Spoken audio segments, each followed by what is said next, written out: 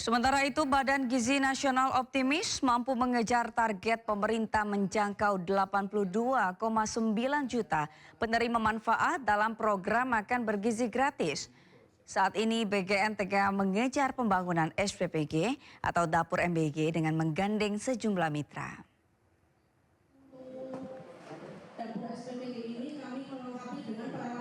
Badan Gizi Nasional terus mempercepat pembentukan Satuan Pelayanan Pemenuhan Gizi atau SPPG di tanah air untuk menjangkau penerima manfaat makan bergizi gratis.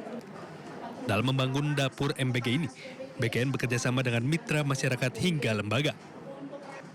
Kepala BGN Dadan Hindayana menyebut hingga saat ini program makan bergizi gratis sudah menjangkau 44,8 juta siswa di tanah air dengan total 15.460 SPPG. Sementara Presiden Prabowo Subianto sendiri menargetkan 82,9 juta penerima manfaat program MBG hingga akhir tahun. Ini salah satu kunci kenapa sampai hari ini sudah ada 15.460 satuan pelayanan pemenuhan gizi di seluruh Indonesia sudah melayani 44,8 juta. Dan itu semuanya 100% sumbangsih dari para mitra, institusi, lembaga, kelompok masyarakat dan lain-lain sehingga program ini bisa berjalan dengan cepat.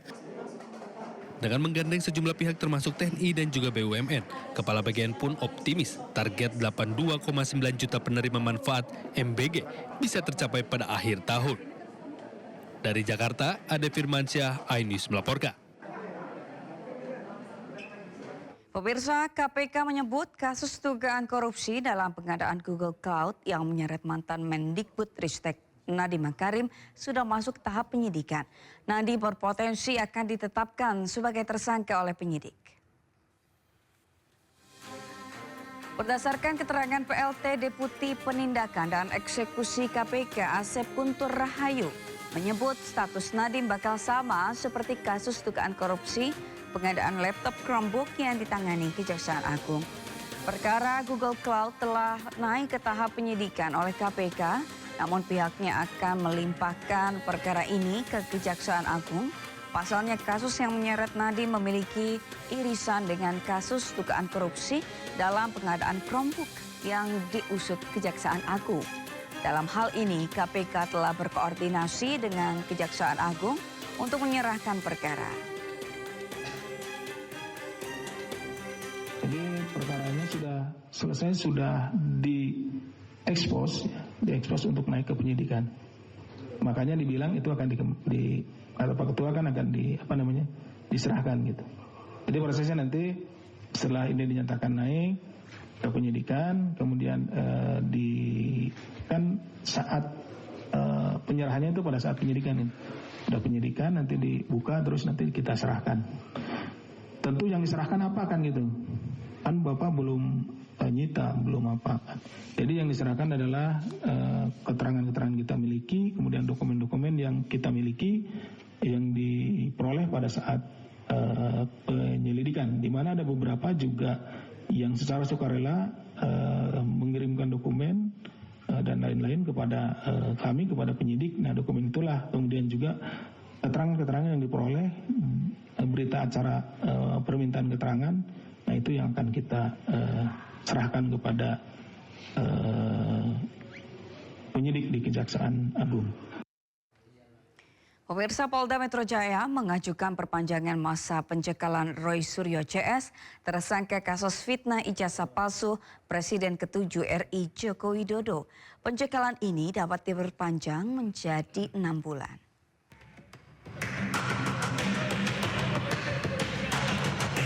Pencekalan terhadap Roy Suryo CS ke luar negeri dalam kasus tudingan ijazah palsu Presiden ke-7 Republik Indonesia berlaku selama 20 hari. Namun Kabid Humas Polda Metro Jaya menuturkan pencekalan terhadap ke-8 tersangka ini akan diperpanjang dari awalnya 20 hari menjadi 6 bulan.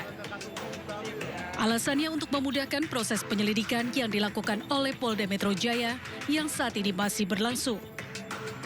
Jadi pencekalan oleh penyidik itu dikirimkan untuk ke-8 yang berstatus tersangka.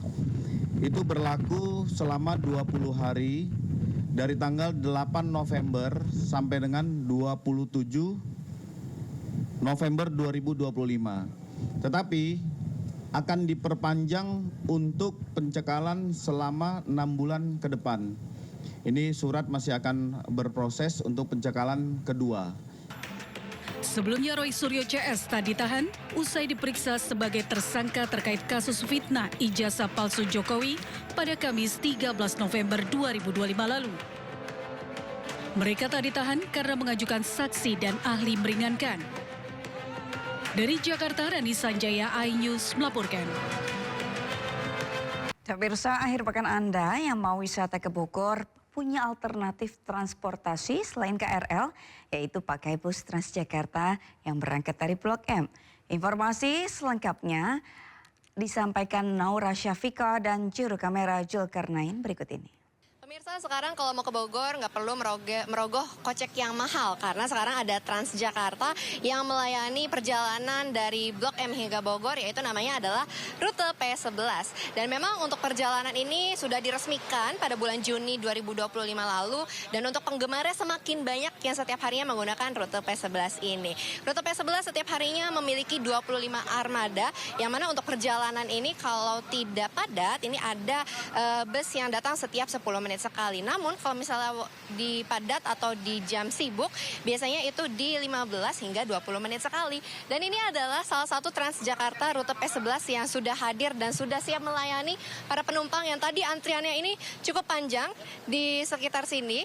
Dan ini untuk perjalanan dari rute P11 ini memang dimulai dari halte Blok M yang nantinya untuk perjalanan akan naik ke koridor 13, kemudian lanjut masuk ke tol Jagorawi.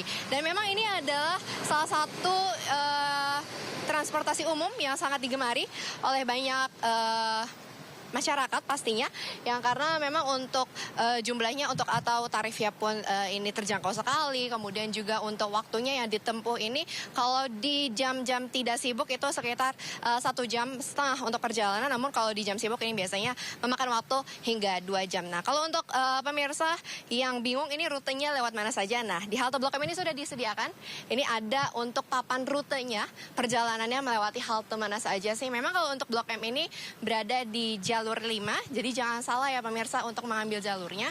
Dan ini melewati Pasar Santa, kemudian lanjut hingga ke Pancoran, kemudian juga hingga ke Cibubur, dan nantinya akan berakhir di Botani Square. Dan tiap harinya memang untuk rute P11 ini melayani hingga di 8.000 penumpang setiap harinya, baik dari Bogor hingga ke Blok M, kemudian juga dari Blok M hingga ke Bogor. Jadi untuk pemirsa yang belum merasakan untuk bisa jalan-jalan ke Bogor menggunakan Transjakarta, bisa langsung berkunjung ke halte Blok M untuk mencoba rute P11 ini. Dari Jakarta, Naura Syafika, Zulkarnain, iNews melaporkan. Kita beralih ke informasi lain pemirsa, penyelundupan pakaian bekas impor ilegal berhasil digagalkan. Polisi total sebanyak 439 koli atau setara 4 miliar rupiah ball press diamankan petugas.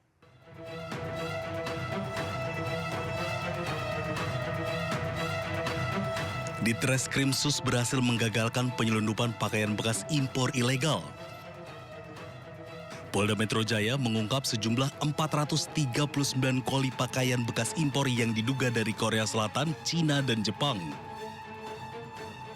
Barang penyelundupan senilai 4,2 miliar rupiah ini diamankan di 2 tempat yang berbeda di wilayah, yaitu penangkapan pada 11 November di Durensawit, Jakarta Timur, dan 16 November di wilayah Cikampek, Tambun, Bekasi, Jawa Barat. Barang bukti yang berhasil kita amankan dari kedua penangkapan ini adalah 439 bal pakaian bekas, 3 truk Ford diesel double, kemudian 2 truk Fuso, 3 pick up, dan 1 buah HP merek Samsung S25 milik saudara IR. Dan semuanya ini sudah berada di Polda Metro Jaya. Persangkaan pasal yang kami terapkan terhadap yang kita duga pelaku adalah pasal 46, Undang-Undang Perdagangan, pasal 110 dan 111, dan Undang-Undang Perdagangan. Dan tidak menutup kemungkinan kami juga akan menjerat dengan pasal TPPU. Modusnya dari para pelaku adalah memasukkan barang impor untuk didistribusikan di daerah DKI dan sekitarnya. Pameran otomotif Gaikindo Jakarta Auto Week resmi dimulai pada Jumat 21 November di International Convention Exhibition PST Tangerang, Banten. Informasi selengkapnya usai jeda.